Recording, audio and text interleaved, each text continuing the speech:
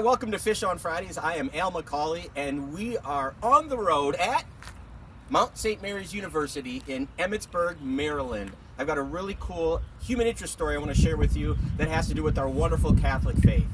So as I said, I'm in Emmitsburg, Maryland on the campus of Mount St. Mary's University. We're about an hour away from Baltimore, the city of Baltimore.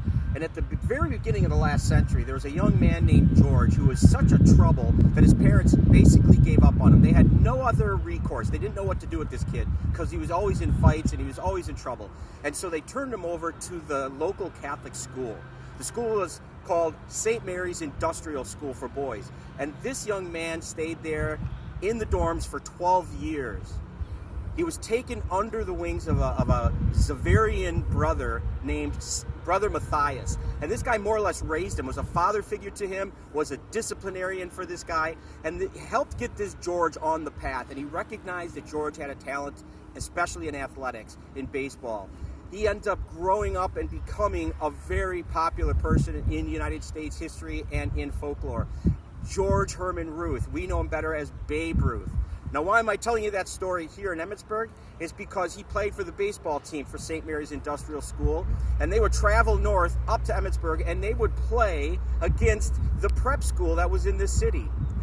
Many years later, when he goes on to fame and he hits home runs like crazy for the New York Yankees, he'll never forget his Catholic upbringing, his Catholic roots. He always wanted to give back, and he became friends with the priests at this institution. And he would come back and he would put on home run hitting clinics right in this field here that we see. It's called Echo Field. Especially in the 1920s, early 1920s, you can imagine Babe Ruth, even with his tie on, would come out and he would take his pose and he would swat those home runs off the field. And there were people all over this area. You can imagine now, today, this is used as an intramural field for soccer and other sports for the current university students.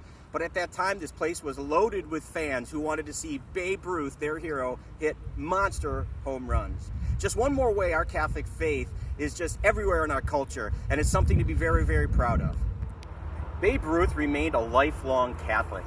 A lot of people know that his carousing and his partying was kind of legendary, but what we might not know is that he always went to Mass the next day afterwards as a form of atonement, I suppose.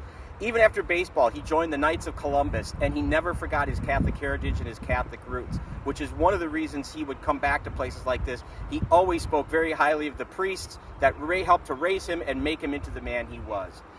Thanks for watching. If you think anybody might be interested in this, please feel free to share it. If you have any comments or suggestions, feel free to leave them for me. I hope you will continue to tune in on Fish on Fridays. In the meantime, be good to each other, and God bless.